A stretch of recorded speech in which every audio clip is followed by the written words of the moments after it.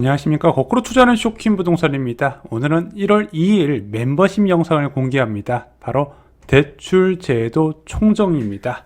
자, 쇼킹 부동산 멤버십은요, 주 3회 전용 멤버십 영상이 올라가고요, 월 8,990원입니다.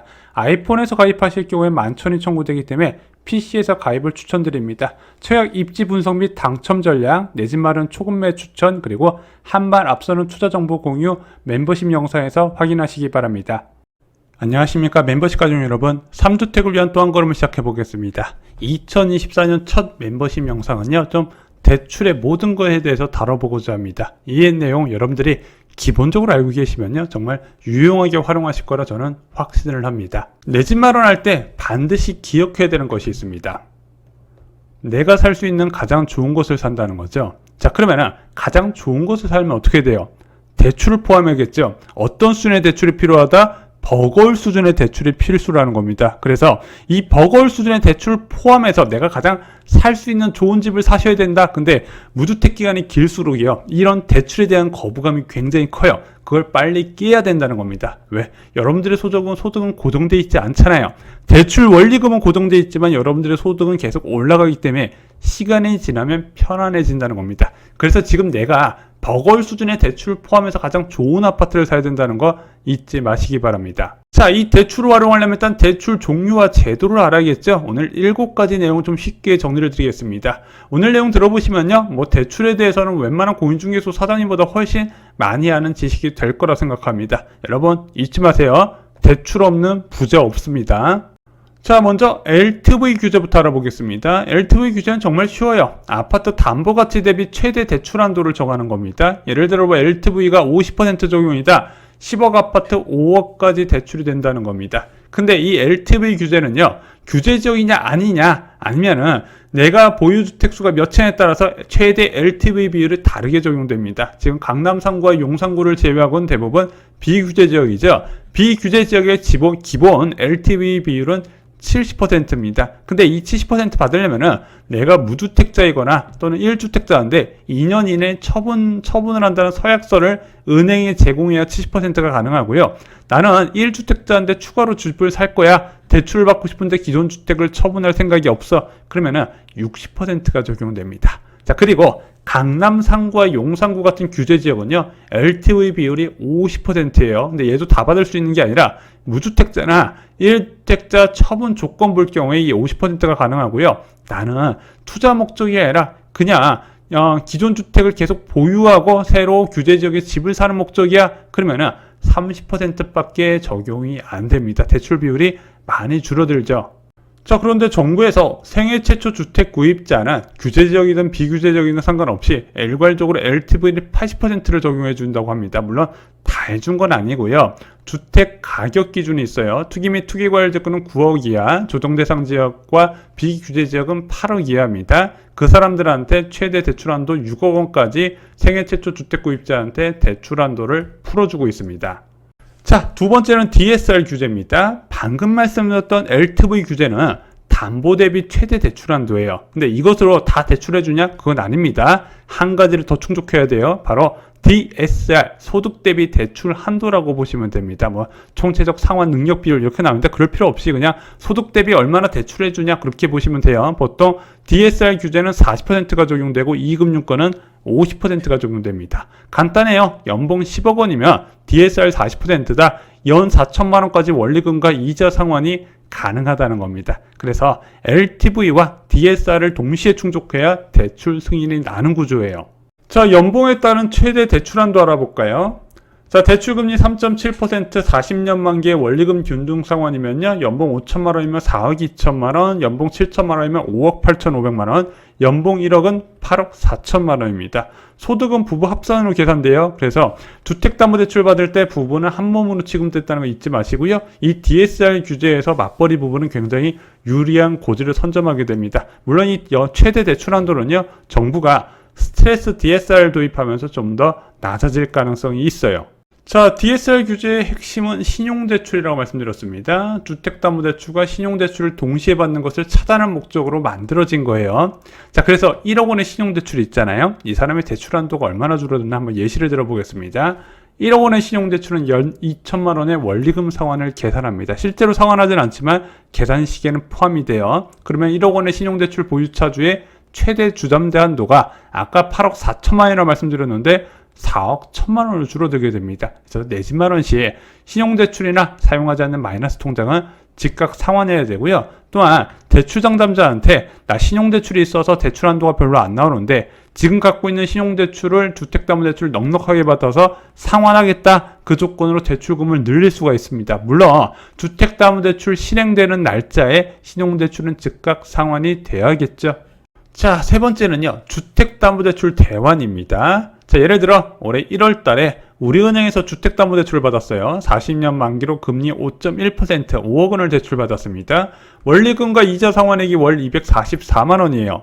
자, 근데 K뱅크의 주택담보대출 금리 봤더니 3.7%입니다. 똑같은 조건의 원리금과 이자 상환액이 199만 원으로 줄어든다는 거죠. 그래서 이것을 갈아타고 싶어요. 기존에 있던 대출을 다른 은행으로 갈아타는 걸 이것을 대환이라고 합니다. 특히 정부는 1월 중에 이 대환을 좀 쉽게 자동화할 수 있는 대환 플랫폼을 오픈 예정하고 있고, 은행들은 이거에 맞게 금리 경쟁을 예고하고 있습니다. 문제는 이 대환할 때요, 체크해야 되는 두 가지가 있습니다. 첫 번째는 주택담보대출 중도상환수수료입니다. 일반적으로 이 주택담보대출의 중도상환수수료는 1.2%가 책정되죠. 그래서 대출 실행 후 3년 이내 상환 시 이것이 부과가 되는데, 3년 내내 1.2%가 적용되는 건 아니라 좀 시간이 지날수록 슬라이딩 방식으로 감소하게 됩니다. 1년 후에 0.8, 2년 후에 0.4 이런 식으로 점점 낮아지는 구조가 되고요. 3년 뒤에는 중도상환수수료가 없어요.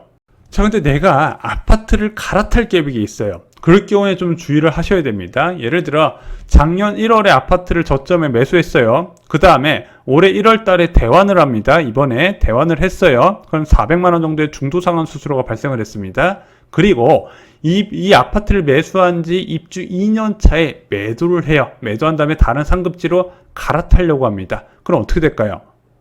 이때 중도상환 수수료가 또 발생을 하죠. 이것이 이자 절감액보다 큽니다. 이런 경우가 의외로 많아요. 이것도 주의를 하셔야 되고 계산에 포함시켜야 됩니다. 대환하기 전에 내가 이 아파트에 얼마나 살 것인지도 계산을 하셔야 돼요.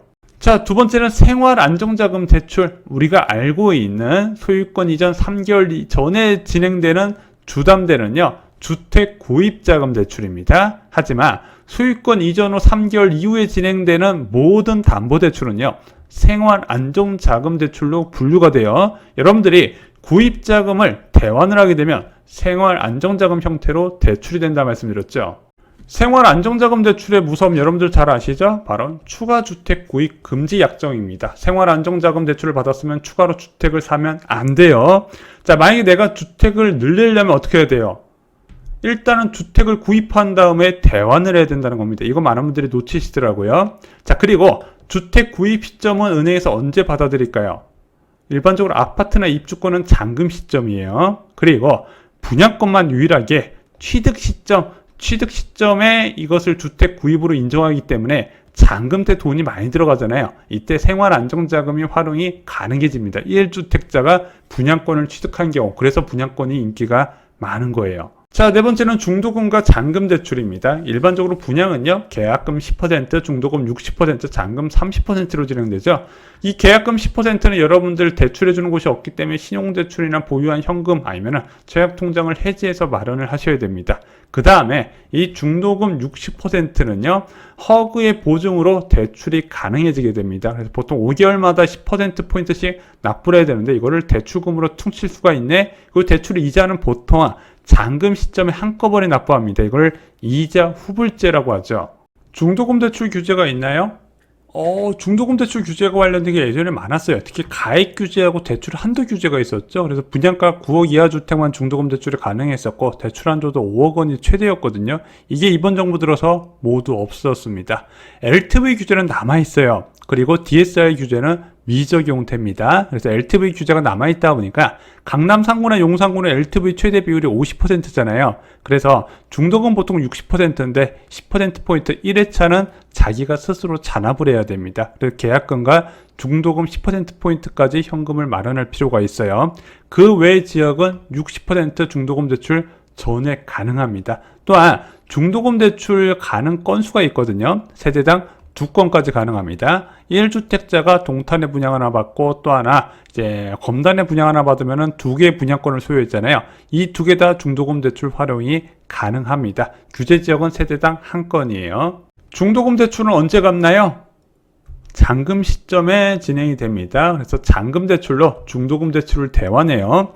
자, 잔금 대출은 LTV나 DSR 규제가 적용됩니다. 그래서 분양권을 투자 목적으로 가졌거나 좀 무리하게 분양권을 취득하신 분들은 잔금 때 현금을 넉넉하게 확보할 계획을 반드시 세워두셔야 됩니다.